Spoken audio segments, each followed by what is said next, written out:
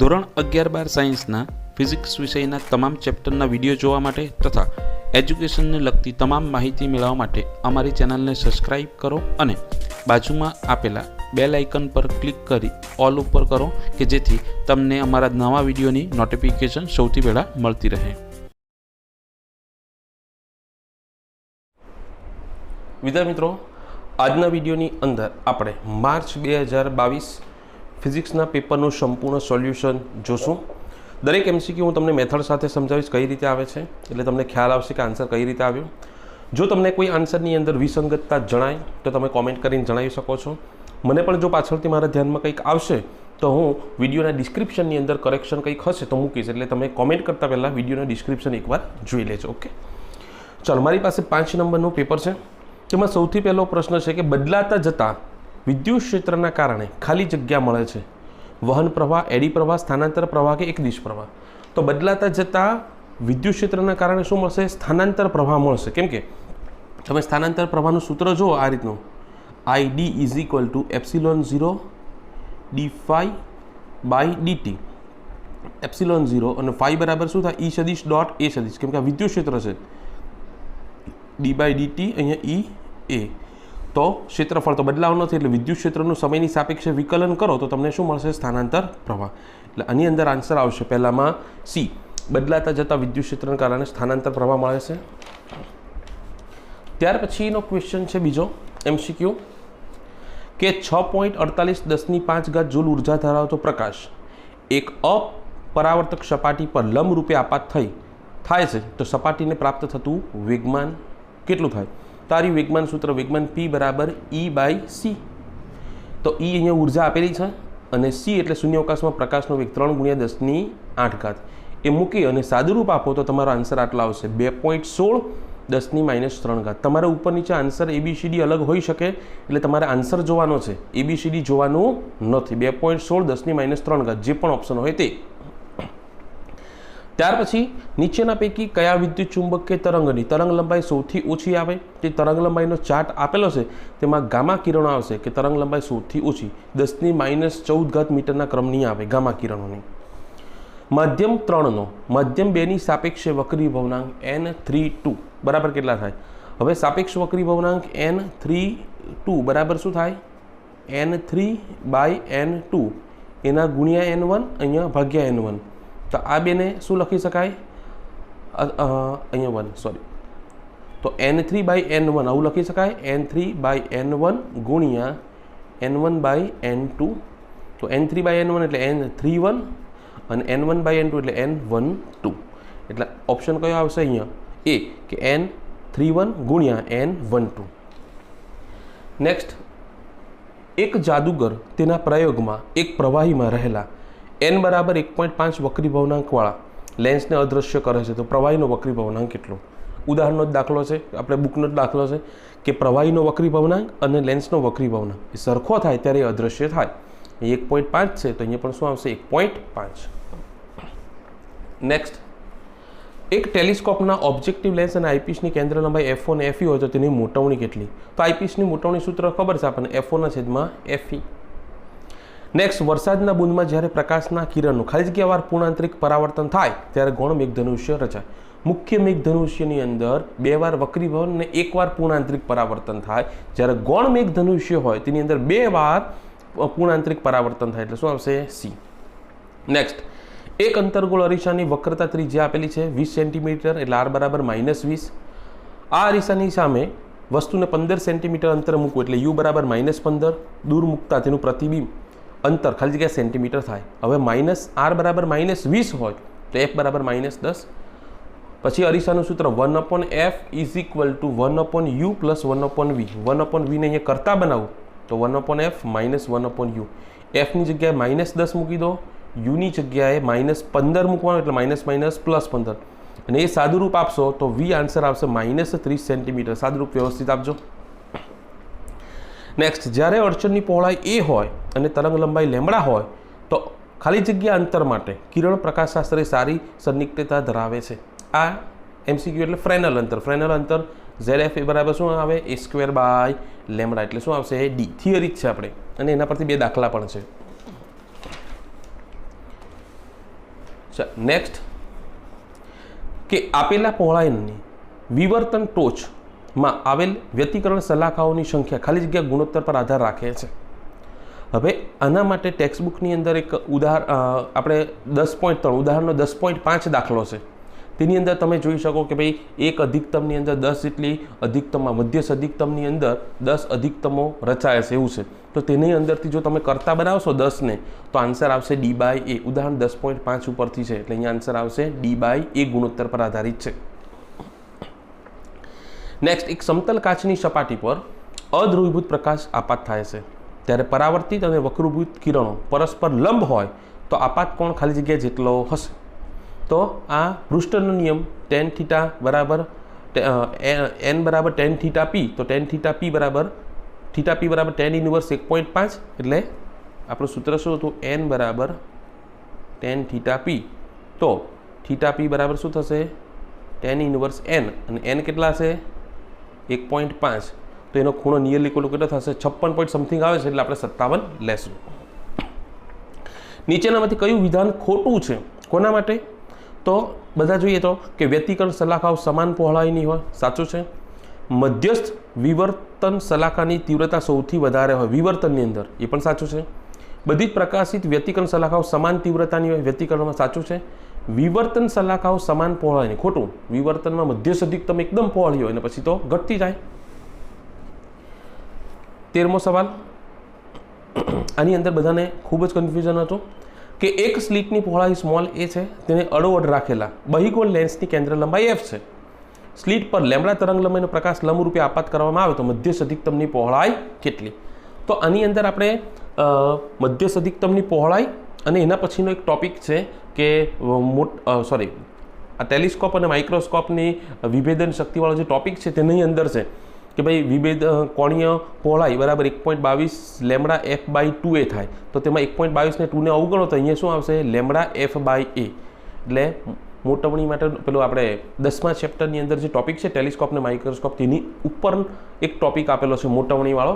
તમે રેફરન્સ જો તમારી પાસે દર્પણ હોય તો જોઈ શકો, તેની અંદર આ ટોપિક છે. તો તેના પરથી આવશે f લેમ્બડા/a. નેક્સ્ટ, 14મું, ફોટો ઇલેક્ટ્રિક અસર માટે સ્ટોપિંગ પોટેન્શિયલ V0 વર્સિસ આપાત પ્રકાશની આવૃત્તિ ના આલેખનો ઢાળ. હવે V0 વર્સિસ f ના આવૃત્તિ આલેખનો ઢાળ એટલે વાહ્યામના છેદમાં x એમ. તો y અક્ષ પર V0 અને x અક્ષ પર f. તો હવે આપણને સૂત્ર ખબર છે કે ઉર્જા બરાબર EV0 અને ઉર્જાની જગ્યાએ શું લખાય HF બરાબર EV0. હવે V0 ના છેદમાં f ને કરતા બનાવું તો શું થાય H/E. તો અહીંયા આન્સર આવશે H/E. ઉર્જા E બરાબર EV0, એની જગ્યાએ HF અને આલેખનો ઢાળ કેટલો છે V0 ના છેદમાં f, એને કરતા બનાવો તો H ના છેદમાં E આવશે. નેક્સ્ટ, જો ઇલેક્ટ્રોનના સ્થાનમાં અમુક અનિશ્ચિત ડેલ્ટા x, વેગમાનમાં અમુક અનિશ્ચિત ડેલ્ટા p હોય તો હાઇઝનબર્ગના સિદ્ધાંત મુજબ હાઇઝનબર્ગનો સિદ્ધાંત delta x into delta p h/2π. એટલે આન્સર શું આવશે D. તમારે જે પણ ઓપ્શન હોય જોઈ લેવાનું, આન્સર જોવાનું છે h/2π ABCD કંઈ પણ હોઈ શકે. નેક્સ્ટ, વિદ્યુતની દ્રષ્ટિએ ફોટોન કેવા છે તટસ્થ. ચાલ, ત્યાર પછી 17મું, m(4/8ε0² h3c) નું પારિમાણિક સૂત્ર ખાલી જગ્યા છે. હવે આ જે છે ને તે રીડબર્ગ અચળાંક જ છે. તો રીડબર્ગ અચળાંક હોય તો અહીંયા સૂત્ર આવતું 1/λ બરાબર r, અહીંયા બ્રેકેટમાં કંઈક આવતું, પણ એનો તો કોઈ એકમ નથી આવતો.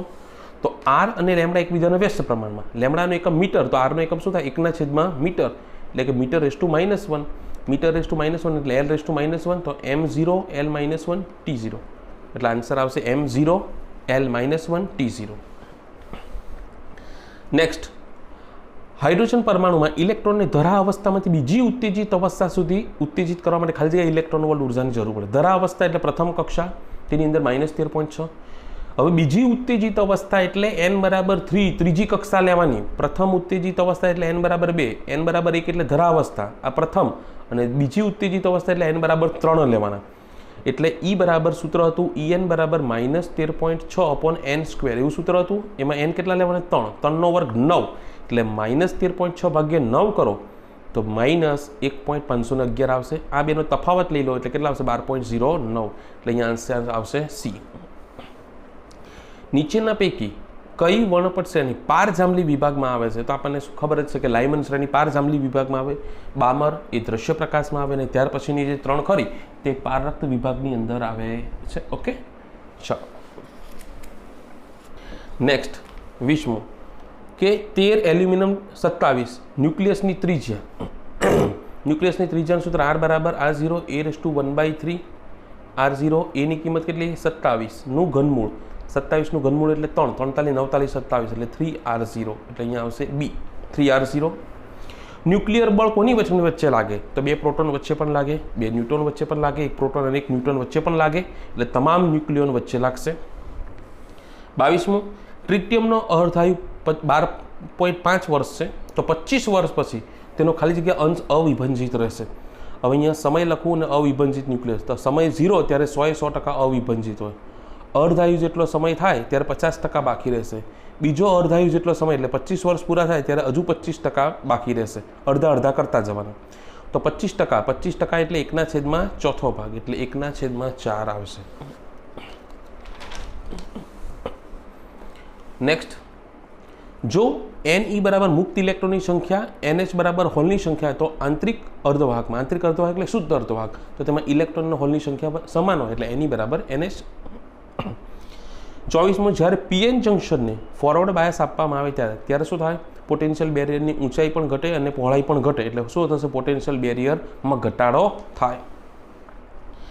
નેક્સ્ટ, એક પદાર્થ પર N1 ઇલેક્ટ્રોન અને N2 પ્રોટોન ધરાવે છે, તો આ પદાર્થ પર વિદ્યુતભારનો કુલ જથ્થો કેટલો થાય?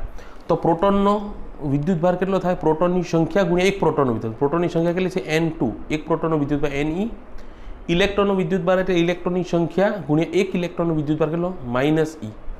તો હવે એમનો કુલ વિદ્યુતભાર Q બરાબર પ્રોટોનનો વિદ્યુતભાર વત્તા ઇલેક્ટ્રોનનો, તો પ્રોટોનનો N2E, ઇલેક્ટ્રોનનો -N1E. E કોમન, તો N2 - N1E. અહીંયા આવશે N2 - N1E. નેક્સ્ટ,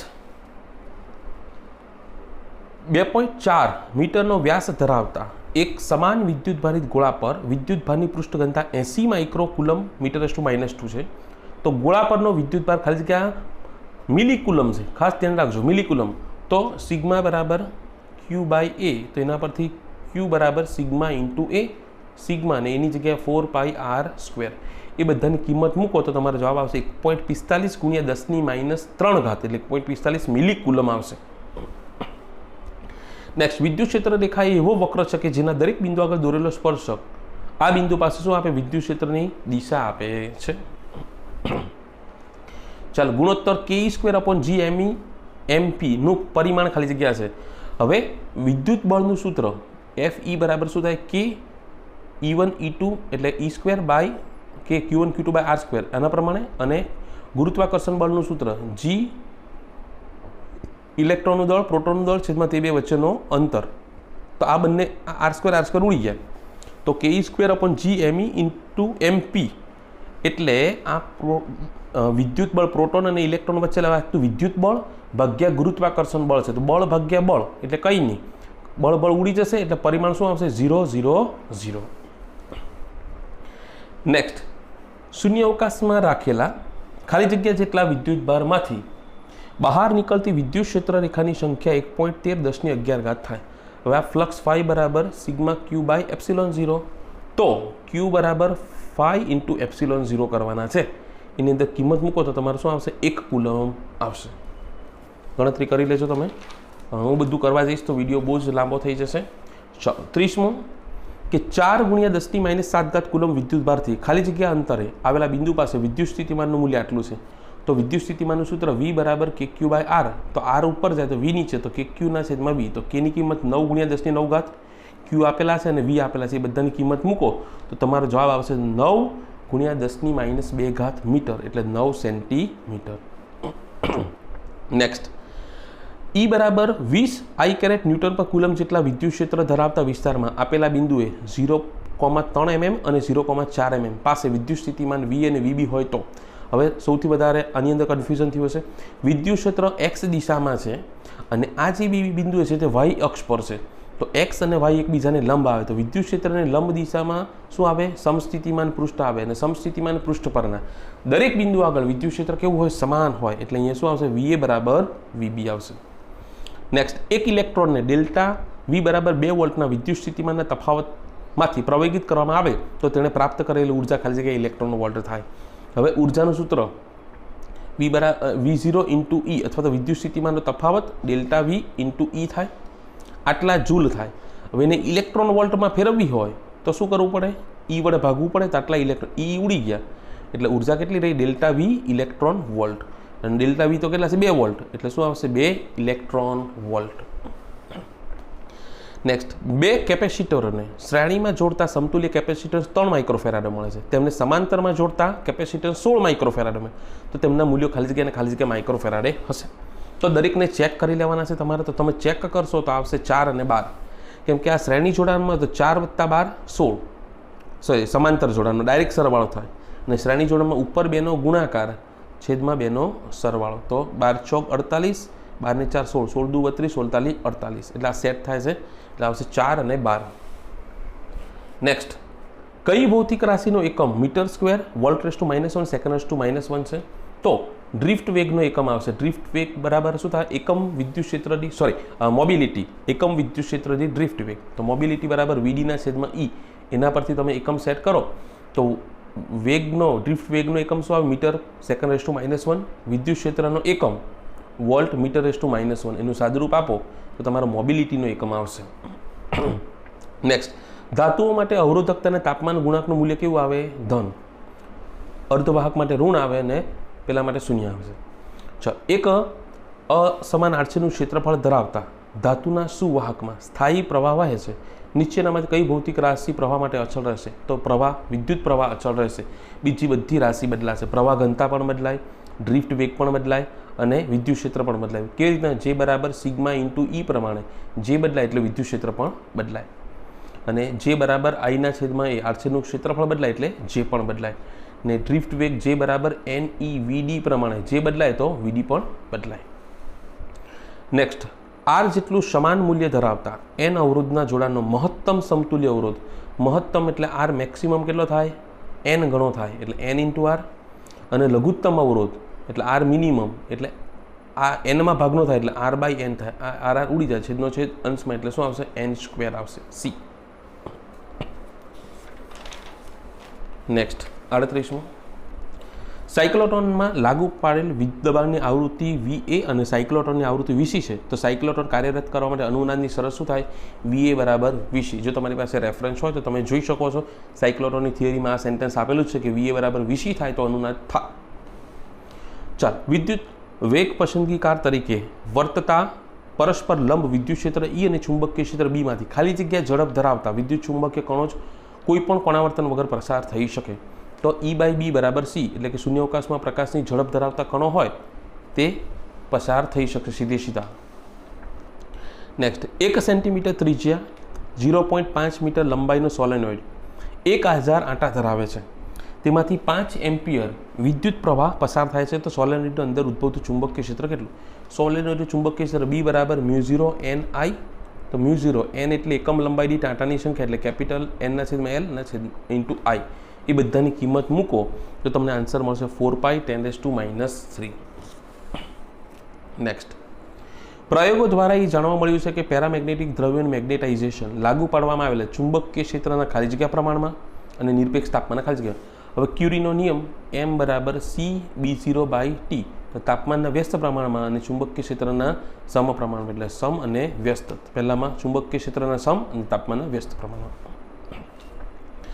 નેક્સ્ટ, એક નાના ગજિયા ચુંબકને તેની અક્ષ 0.25 ટેસ્લાના નિયમિત બાહ્ય ચુંબકીય ક્ષેત્ર સાથે 30 ડિગ્રીનો કોણ બનાવે છે. તે રીતે મૂકતા તે 4.5 10⁻² જૂલ જેટલું ટોર્ક અનુભવે છે. તો ચુંબકની મેગ્નેટિક મોમેન્ટનું મૂલ્ય શોધો. તો ટાઉ બરાબર MB sin θ. એમાંથી એમને કરતા બનાવી લો અને બીજા બધાની કિંમત મૂકો તો આન્સર આવશે 36 × 10⁻², એટલે કે 0.36.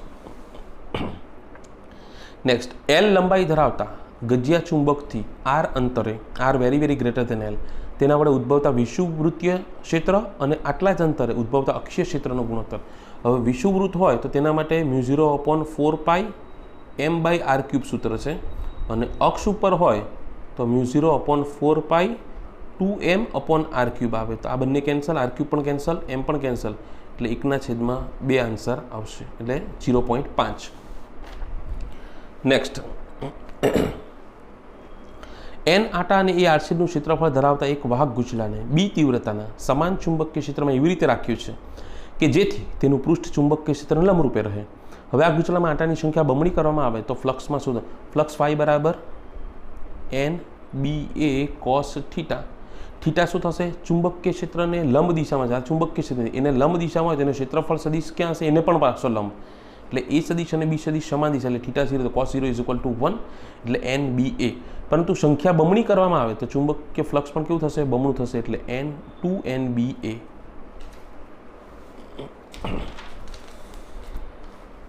નેક્સ્ટ, એક પરિપથમાં 0.1 સેકન્ડમાં વિદ્યુત પ્રવાહ 5 એમ્પિયરથી 0 એમ્પિયર જેટલો ઘટાડો થાય છે. જો પ્રેરિત EMF 200 વોલ્ટ હોય તો પરિપથનો આત્મા પ્રયત્વ શોધો. તો એપ્સિલોન = -L ΔI/ΔT. એના પરથી L ને કરતા બનાવી લેવાનો છે, બીજા બધાની કિંમત મૂકશો તો આન્સર આવશે 4. ફેરાડેનો નિયમ વિદ્યુત ચાલક બળ માટે શું આપે? માત્ર મૂલ્ય આપે. લેન્ઝનો નિયમ દિશા આપે અને ફેરાડેનો નિયમ મૂલ્ય આપે.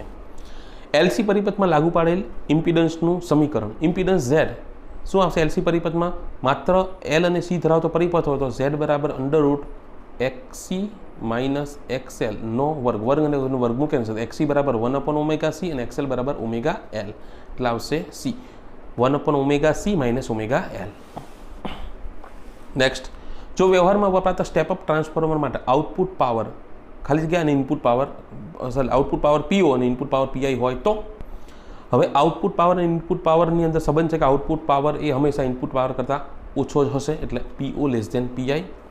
અનુનાદ વખતે પાવર ફેક્ટરનું મૂલ્ય, અનુનાદ વખતે cos ડેલ્ટા બરાબર શું થાય? સૂત્ર R/Z, પણ અનુનાદ વખતે R બરાબર તો Z આવે, એટલે Z કેન્સલ અને 1, તો પાવર ફેક્ટર cos ડેલ્ટાને શું કહેવાય? 1.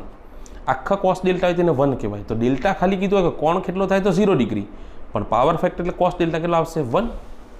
નેક્સ્ટ, ઇન્ડક્ટરનો ઇન્ડક્ટિવ રિએક્ટન્સ ખાલી જગ્યા જેટલો હશે. ઇન્ડક્ટરનો ઇન્ડક્ટિવ રિએક્ટન્સ કેટલો હોય? ω × L જેટલો. ચલો, આ પાર્ટ એનું સંપૂર્ણ સોલ્યુશન થઈ ગયું. હવે પાર્ટ બીની અંદર મેં IMP આપેલા હતા અને મેં એવું પણ કીધું હતું કે હું IMP વધારે આપું છું, પરંતુ એ જે IMP છે તે પાસ થવા માટે નહોતા, 50માંથી 50 માર્ક્સ લાવવા માટે IMP હતા. અને તમે તમારી સામે પેપર છે અને જો તમે IMP ટીક કરેલા હોય મારા IMP, તો એમાંથી તમે જોઈ શકશો કે એક પણ સવાલ બહારનો નથી, અથવા 1-2 સવાલ હશે એવા કે જે ઓપ્શનમાં નીકળી જશે.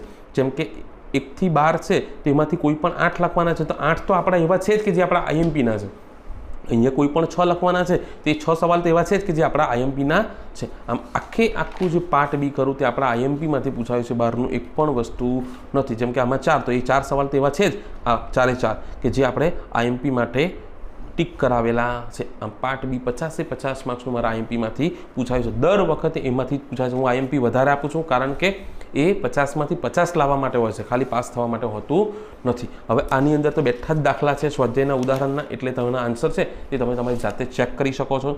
અને હવે પછીના કેમિસ્ટ્રી અને બાયોલોજીના પેપર માટે પ્લેલિસ્ટની અંદર મેં IMP મૂકેલા છે, તે IMP કરશો તો તમને એની અંદર પણ હેલ્પ થશે. ઓકે.